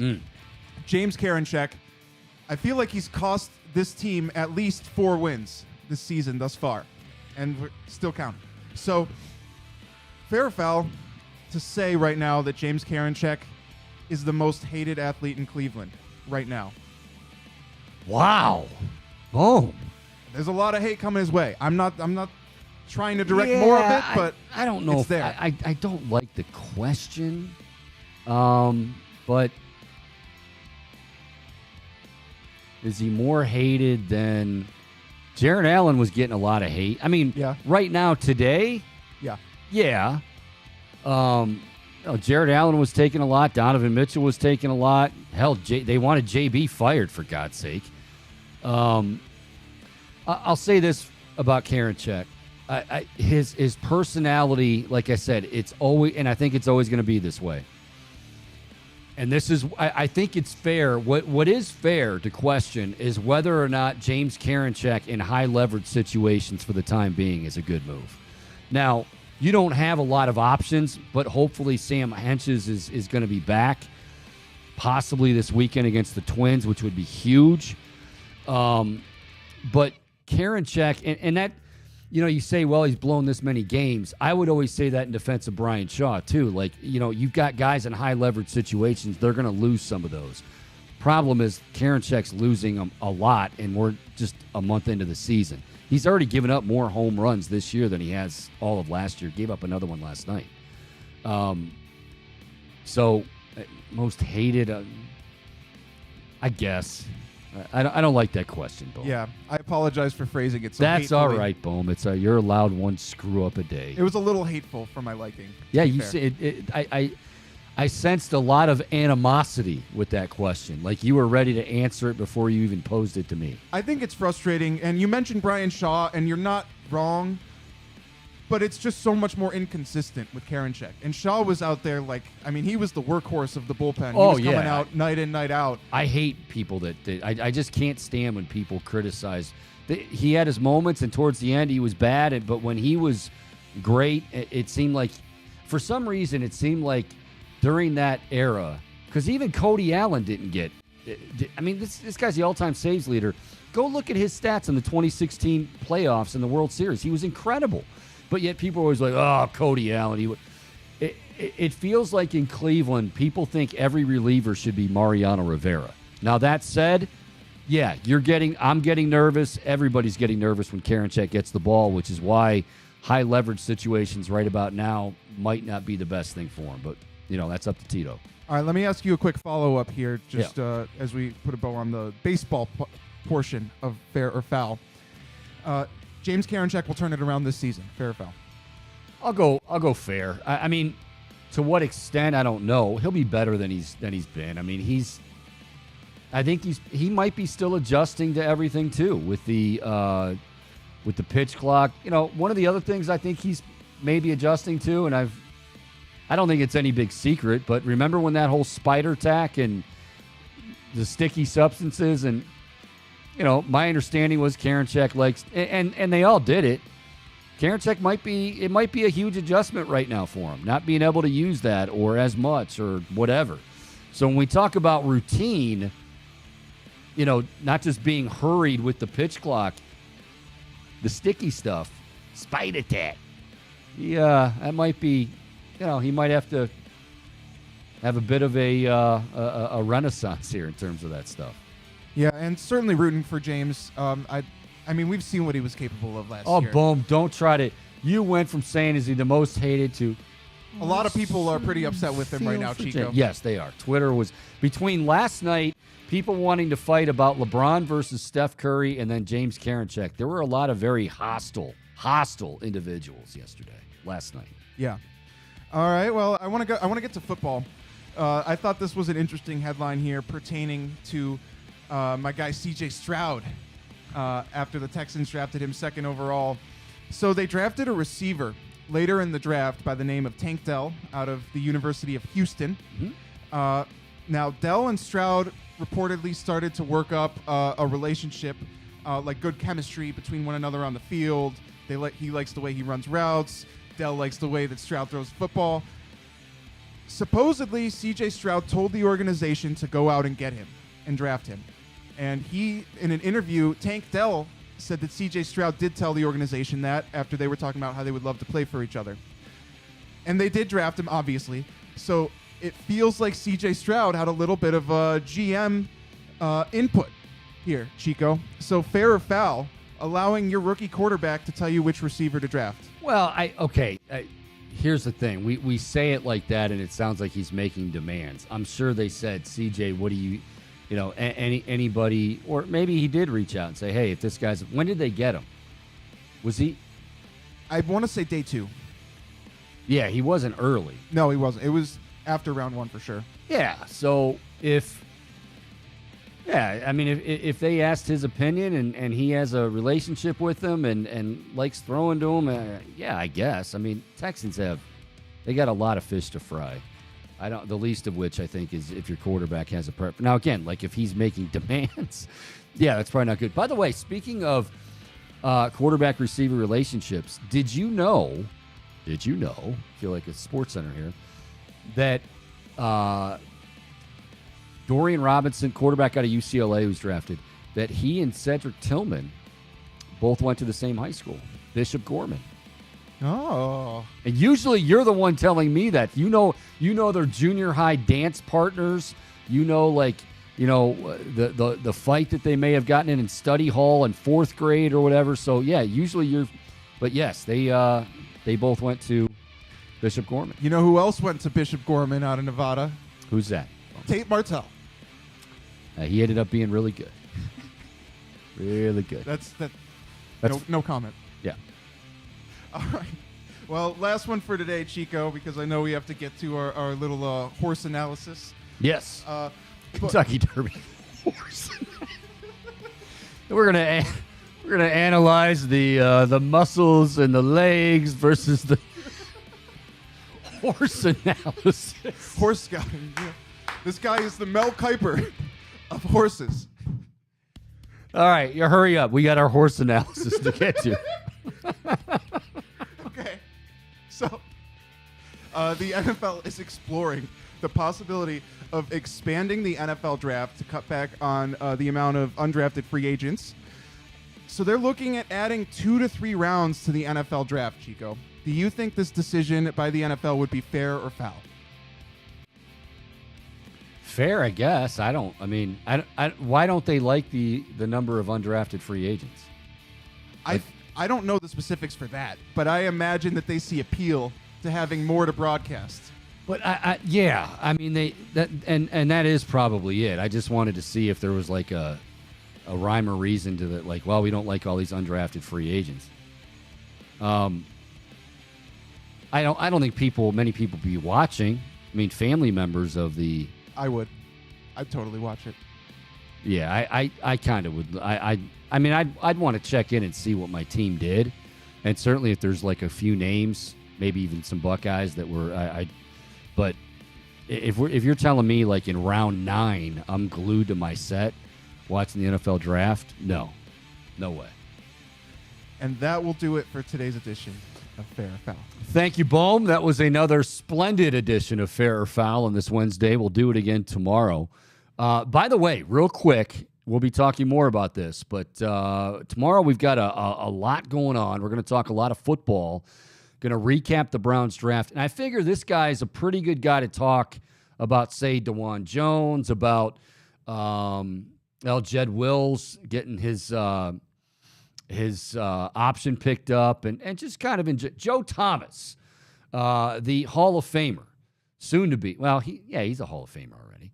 Getting the bust worked on, and of course, looking forward to that trip. We're going to be down there. Big Play will be down there in Canton in August for that Hall of Fame game and his introduction. But Joe Thomas will join us tomorrow on the show at 1:20 for the Hoff.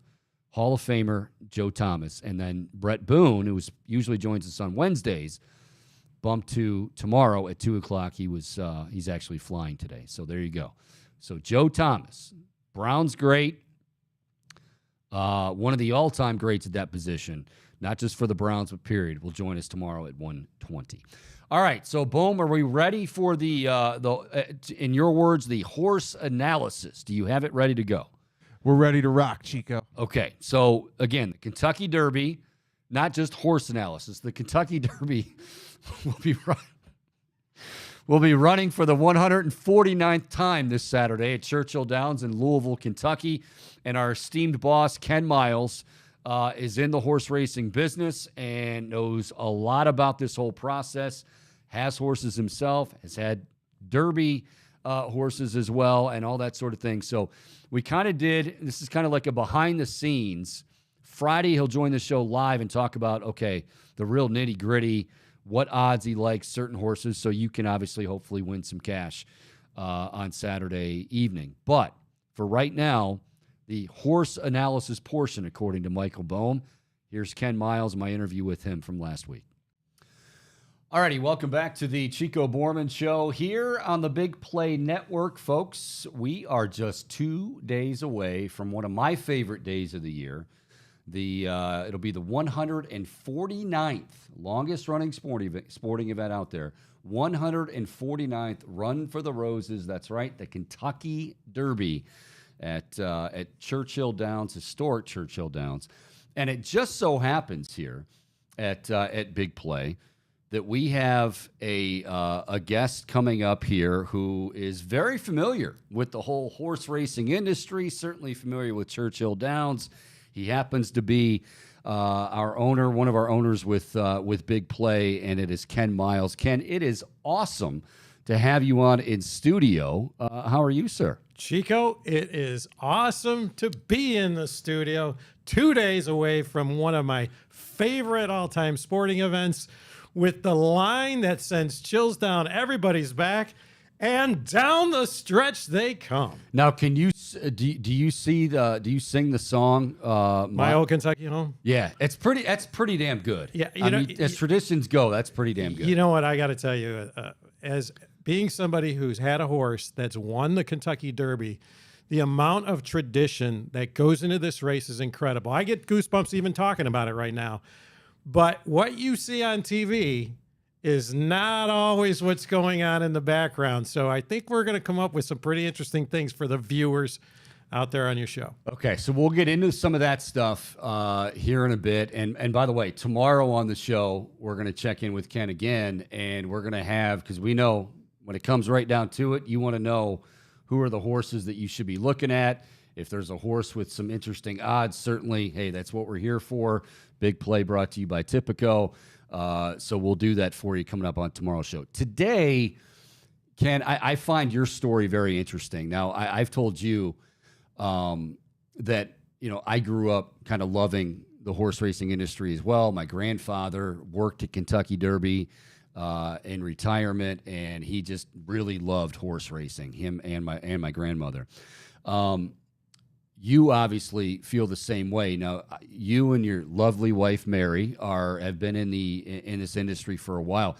Give us an idea of how you got started, and how do people typically get started within this horse racing industry? Yeah, it's kind of a crazy story. It actually starts at Thistledown in Northfield. When I was a kid, my parents used to take us to the Northfield Park to watch the trotters. I kind of fell in love with horses then. As I got into my 20s, one of my mentors said, put together a list of 100 things you want to do in life. And one of them was I put down own a racehorse. My mentor was so good, he said, you got to do better than that. So I said, okay, I want to own a racehorse and win the Kentucky Derby. Well, as life goes, I got a lot of things done on my list, but I didn't think that was going to happen until our payments company was doing business with a guy who started a company called MyRacehorse.com. And what's so interesting about this company is you can actually, for the viewers out there, go to MyRacehorse.com. You may want to look at this for yourself.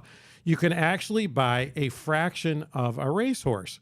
And so I get to know Michael Behrens, the founder, and I tell my story. I want to own a racehorse. And he said, Ken, you ought to get in on this. And so he gave me a couple choices, and I said, all right, I want to buy a piece of this horse named Authentic, not having any idea that he was going to have this success. Now, 2020 was a crazy year of COVID, and the Kentucky Derby at the beginning of the year, that's usually the first race of the 3-year-old season, that didn't happen that year. So the whole year was off, but I owned a piece of Authentic, and one thing led to another, and he won the Kentucky Derby. Okay, so is that a typical, let me ask you, is that a kind of a typical way that people get into the business, or is it kind of just span the globe pretty much? So I think that the cool concept about myracehorse.com is to give the everyday fan an opportunity for a few $100s to buy a piece of a racehorse. Now, my wife and I got so hooked on this that we ultimately became part of traditional syndicates, and we've bought horses, and as fate would have it, we actually had a horse last year in due time who qualified for the Kentucky Derby, but due to an injury, we decided to hold off and run in the Preakness. That allowed Ethereal Road into the race, and if you remember, on the day before the race, Ethereal Road scratched, and then came a little-known horse by the name of Rich Strike. Made a lot of people rich. Sonny Leone, the jockey, and won the Kentucky Derby in an unprecedented fashion. So when you get into purchasing a horse or a fraction of a horse, as you talked about, then we start thinking about, okay, we got to get a trainer in here. We got to get, how do you, that whole process of vetting, who you want to be. I'm sure you have people involved in your group that are good at that, but talk us through that process. Well, it's kind of an interesting story, and I think people ought to know, to get to the Kentucky Derby, there's 36,000 horses born each year that are racehorses that want to get to the Kentucky Derby, and only 20 make it to the starting gate. And it's a whole process of when the baby is born as a foal. Well, actually, first of all, thoroughbred is how they mate. It has to be thoroughly bred, meaning there's no artificial insemination or anything. They literally have to do the physical deed. That's a story in and of itself. Sounds like it. Yeah. Well, let me tell you, my wife and I were a little shocked when we found out that they sent in a teaser horse with the mare to get the mare ready to go. And then when the mare, and the reason being is the mares are not always receptive, and you don't want your stallion to get hurt. Yeah. So the poor teaser goes in there, tells the mare she's looking particularly beautiful that day, her mane's smelling rather sweet, says all the things he needs to say, and just when he gets ready to go, they throw him in the pasture, and in comes our boy to finish out. Folks, you wanted the real behind-the-scenes stuff. This is the real behind-the-scenes stuff. About 11 months later, the baby's born. Whoever owns, the mother owns that horse. It's called a weanling, and stays for about a year with the mother, and then goes to the auction, and you can buy a horse. Our groups will buy, the group that I'm in will buy a horse at 1 year old, and then start the process of learning to run on the track. And you identify the trainer, and they learn how to go to the starting gate and everything that it takes to be a racehorse. And there's not all the horses can make it. So then you actually go to your first, it's called a maiden special. It's where you're going to run against other first-time horses, and hopefully you do well. But this is where the Kentucky Derby gets interesting, because we always thought when you watch the Derby, you see these announcers saying, oh, it's definitely going to be Tiz the Law that's going to win. Well, that year, our horse Authentic won. Last year, everybody had as we know, they certainly didn't pick Rich Strike. But what you don't realize, these horses have only run a few times, and maybe they ran in 1 or 2 races, and one of them was a qualifier win, and you're in the Derby, and now they're one of 20 horses. And what makes it so unique for these horses, they've never run, many of them have never run on this type of dirt at Churchill Downs. They've never been there before. They've definitely never run against 19 other horses. That in and of itself could present a problem to some horses. And then finally, I can't tell you what it's like when you walk out with your horse and 250,000 people, the energy that hits the horse and the adrenaline that goes through your veins and these horses' veins makes it so unique. They've never seen anything like this, so not every horse can perform. And I was going to say, sometimes that can be very good. I mean, it's kind of like we'll compare it to a professional athlete. Wow, the crowd was into it. It got us going. And then the crowd was into it, and, well, you know what? We just kind of got nervous. I mean, it kind of works in a similar way for the horses, where it might spook them a little bit. Well, and actually, it might actually do the opposite. Tell you a story. So we have another horse, Interstellar, made his debut last December. He was doing spectacular in training. All right, we're ready for the race. He goes to the paddock. He hears the crowd. The adrenaline starts rushing through his veins, and Unfortunately, as a young man might do, in this case, our young horse got overexcited. I'll let your imagination take it from there. And didn't do too well in the race. He wasn't visited by the teaser, was he? No? Well, if he can win some races, he won't be a problem as a stallion. But it takes actually very few horses ever make it to stallionhood. But in the case of Authentic, who won the Derby, he then went on to win the Breeders' Cup Classic, became Horse of the Year in 2020. We immediately put him out to stud.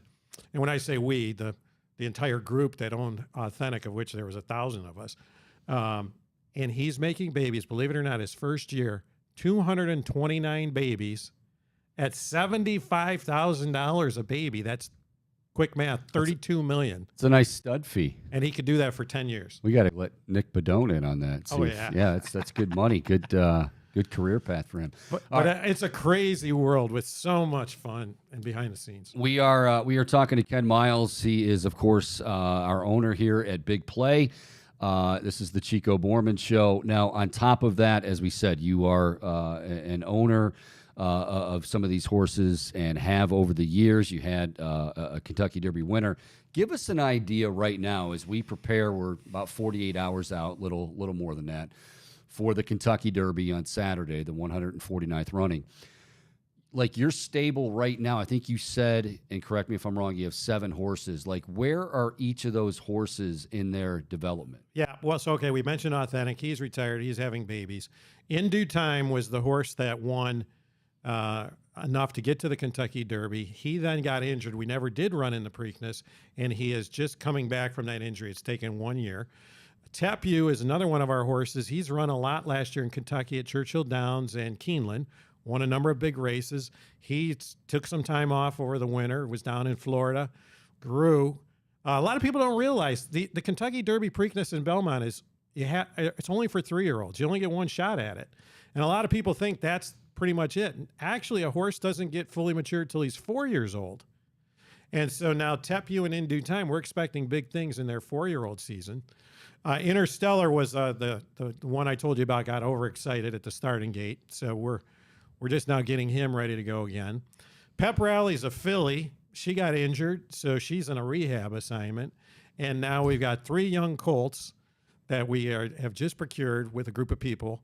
And we will start that process that I told you about. They're still about a year away. They'll actually start racing sometime late this year, with the idea that one of those 3 will hopefully be on the Derby Trail by May next year, 2024. Okay, so one of the questions I've always had, and I know this comes up a lot in racing, you own a horse that is in the Kentucky Derby, you don't win the Kentucky Derby, and then you see where they skip the Preakness and then go to the Belmont because, hey, give them more time to rest up. And that... I've heard some people criticize the sport for that, like, you know what, if you're not going to run each of the Triple Crown races, well, it kind of, do you think it's the smartest move? I'm sure it's the smartest move for the horse, but do you think from an entertainment standpoint, does it hurt the horse racing industry when that occurs? Look, as a fan who likes to see Triple Crown horses win, of which it's very rare, because typically a horse takes a month off between races. Sure. Kentucky is the first race in May, the Kentucky Derby. Then the Preakness is 2 weeks later. That's a very fast turnaround. And then you've got the Belmont Stakes, which is the longest race these horses will ever run 3 weeks later. It's very, very daunting. That's why it's not very often done. From an owner standpoint, and a lot of people don't realize this, when you see the betting money, as owners of a horse, we don't participate in the betting. We have our own purses. And you want to try and win a grade 1, particularly like the Kentucky Derby or the Preakness, because if you just win one of those races, your value as a stud goes up. And so like In Due Time last year, when he got hurt, we could have gone and still run in the Derby. We said, no, we'll wait, go 2 weeks later to the Preakness, because really only the horse that wins that Derby and maybe another horse who felt like he should have won but maybe took a bad trip, the rest of those horses don't go to the Preakness. Those horses that run in the Derby, most of them don't go to the Preakness. So it's the next batch of 10 horses other than the first 20. And that's where we felt going to the Preakness last year gave us a great shot at winning a $2 million purse. And you win that race. And then again, In Due Time's now set himself up to be a great stallion. So from an owner's perspective, no, I completely get it. From a fan perspective, yeah, you want to see that. Last year, though, was interesting. Rich Strike, it was such a long shot. And frankly, we say long shot. That was like 98. Was it 91? In fact, yeah. It was so crazy. When he found out the day before he was going to be at the race, they had to fly him from New York to Kentucky. That's right. The jockey had to meet him there. Didn't get a chance to practice on the track. That's why nobody expected this. But it just so happened that the top horses in that race ran the fastest quarter mile, the fastest half mile in the history of the Kentucky Derby, and they burned themselves out, actually. And remember, they're young horses. They don't know how to pace themselves. Throw in the adrenaline of the crowd and everything that's going on. It's like a sprinter who sprints too fast, or a distance runner who runs too fast at the beginning, doesn't have a kick. Well, Sonny Leone navigated, for those of you that watched the race, an amazing couple turns, and those two that were battling it out never saw him come down the inside rail and won. The owners were so stunned. We were so stunned. He couldn't make the Preakness. He didn't run in the Preakness. He then came back running the Belmont and finished like 7th. So it was really a fluke.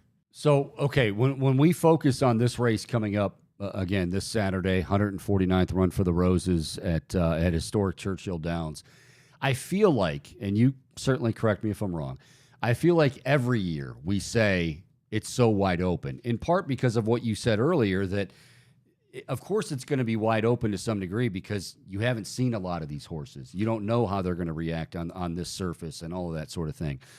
This one feels like even more so, wow, it's going to be wide open. Now, we'll get into more detail specifics tomorrow on the show, but give us an idea of why you think this one is in particular so wide open. Well, again, as I said, I think every Derby is wide open, but you'll get fooled by when you watch the announcers and all the prognosticators and the people that are in the know make their predictions. Again, and I keep coming back to that Authentic winning the 2020 Derby.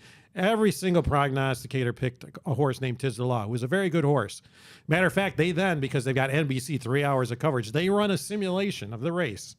And they actually said Authentic will be in the lead, and then Tiz the Law will beat him down the stretch. And it just didn't happen. It's so wide open. This year in particular, everybody's talking about a horse called by the name of Forte. Tomorrow I'm going to tell you why Forte is not going to win the Derby. Ooh. And I will tell you prediction. who I think. Well, now, again, anything can happen. It's horse racing, and he's a very good horse. But if I'm going to lay some money down on the race, it's not going to be on Forte. You're going to get a chance to get some very good odds on some of the horses I'm going to talk about tomorrow. And some of these horses I'm going to talk about tomorrow are going to have long odds. And unless you really dig deep, the average bettor does not realize the horses I'm going to tell you about tomorrow are faster than Forte and have run faster times than Forte. So it's going to be interesting. We'll see what happens. Okay, let me just I'm gonna capture what he just said. Folks, if you're interested in putting some money on the Kentucky Derby, and I know you are, tomorrow's show, you're going to want to watch because we talk about inside info. You go into different websites. I want inside info on this. I want the inside scoop on the NFL draft or this matchup. This is what we're giving you tomorrow on the Chico Bormann Show on the Bet Play Network. On the Big Play Network, we can edit that out. On the Big Play Network, and of course, brought to you by Tipico. This is good stuff. I mean, there's inside info, and then there's great inside info. Now, before I close out, I've got to ask you. First of all, you win a Kentucky Derby, like as a fan. Okay, like the Browns win the Super Bowl, which we're all dreaming that happens. The Browns win the Super Bowl. Celebration's going to be nuts, right? Cavs won the championship in 2016. You saw the parade. What's the celebration like when you win? I mean, do you even go to bed? You got to be exhausted because I think the whole day is really exhausting. The day is exhausting. As a matter of fact, when you go to Kentucky, the Kentucky Derby. First of all, you got to pick out your outfit. Oh yeah. As a matter of fact, my beautiful wife Mary has her hats picked out, and as an owner, you got to have the right outfit. Truth be told, I said this to you a little while ago. I've been 1 year to the Kentucky Derby. I would love to go back. I went the 1 year that Funny Side won. Sure. But I remember saying to everybody that when I got back home and they asked what it was like, I said, it's like spring break in a day. Yeah. Like, I mean, it's awesome. It really is just incredible. And you've got to experience the whole thing, which includes the outfits. Yeah. And, one of the things, too, that you don't realize is these horses are still young. They're growing. They get hurt. So even the horses that right now, it's 2 days before the Derby, they could have an accident in training today or nick their knee in the stall, and all of a sudden they have to scratch. That's not unprecedented. So you're worried right up to the day of the race that is everything okay. And then like any other athlete, is your horse ready to run today? So you're worried about that. So you get to the track, you want to go see your horse, you talk to the trainer, hopefully everything's okay. And then you have to wait out the entire day of racing because there's a lot of other races that are happening.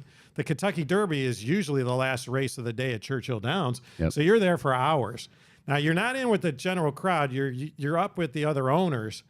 And it's actually a fraternity Sure. because you're all nervous. You're all excited. You're wishing each other well. First and foremost, you want a safe ride for your jockey and your horse. You don't want anybody to break down.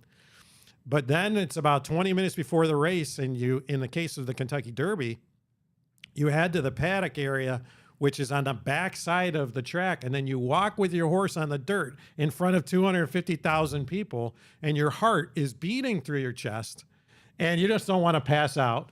You don't want to fall in front of the crowd.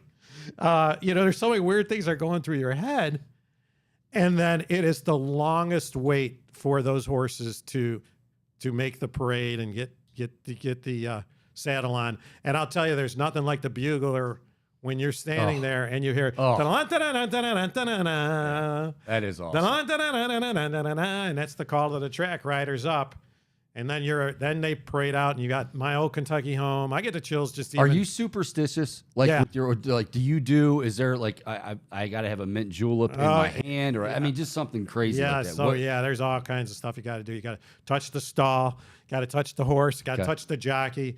I have to spin around 3 times. I have to stand on my left foot. I got terrible OCD on race days. Got to touch my wife during the race. Easy. But, then they get in the starting gate, and it's the longest 2 minutes of your life. As a matter of fact, there's a nice video of Authentic when he won the Derby. I don't know, Nick, if we've got that. We could pop up, but it's crazy. But back to Authentic. After he won those races and became a stallion, people ask, what's their life like? Well, first of all, as a racehorse to begin with, these are top athletes, and they're treated like top athletes. But when you do what Authentic did, you become in the Michael Jordan type sphere of horse racing. And when we go and see Authentic, he's living in a stall that's made out of tiki wood and gold. All the finest meats and cheeses. He's got 24-hour handlers. And he literally, when that horse goes to the bathroom, there's somebody in there catching it before it hits the hay. He wants to eat oats, he gets the finest oats. He wants to eat hay, he gets the finest hay, because it's all about being a stallion. And I know we've got some pictures that we're showing of him. He knows he's a stallion, and he'll stand there and pose like a stallion. And it makes you really proud of what he's done. And again, it's just, you can tell I get excited talking about the sport. Sure. And for somebody on Saturday, their life is going to change. And for that horse, he's going to be set up by winning the Derby. Well, this has been a great behind-the-scenes look. And, again, Ken Miles, owner here at Big Play and owner of some horses, including ones in the Kentucky Derby. So I'll tell you what we're going to do. Tomorrow, as we said, tomorrow on the show, you do not want to miss this, folks. 2 o'clock tomorrow afternoon on the Chico Bormann Show. We will be talking to Ken. And as I said, there's inside scoop and then there's inside scoop. We're going to have the inside and the latest scoop that you need to be listening for and to get ready for Saturday's big race. I think they go off around 6:57 Saturday evening in the 149th Run for the Roses. Ken, awesome talking to you about all of this. Pretty nice place you got here, by the way. I appreciate you bringing me on board and Love having you on the network, Chico. You're doing great. Really looking forward to Saturday, and best of luck in that as well. Thank you. All right, much more of the Chico Bormann Show on the way next, right here on the Big Play Network.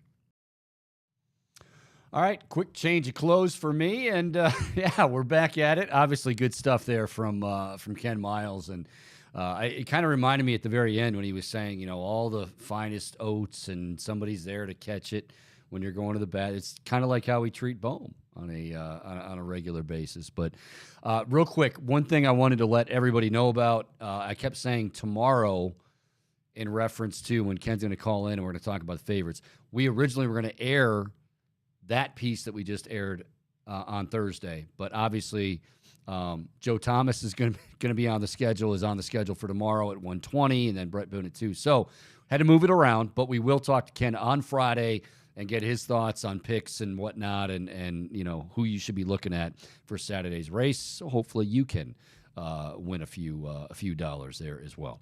All right, we are out of time for this Wednesday. I want to say thank you to Mitch Lawrence, Sirius XM NBA Radio.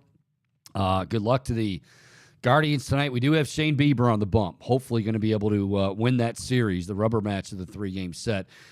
Tonight in the Bronx. They'll be off tomorrow, and then the Minnesota Twins come to town, hopefully getting some healthy bodies back in the form of Sam Henches and others. So we'll keep our eye on that. So go Guards. Michael Bohm, great job as always, and we will see you tomorrow. And, of course, as I said, Joe Thomas, the Hall of Famer, the one and only, we will talk to him tomorrow afternoon, beginning at 1:20, right here on the Chico Bormann Show, right here on the Big Play Network. Make it a great night, everybody.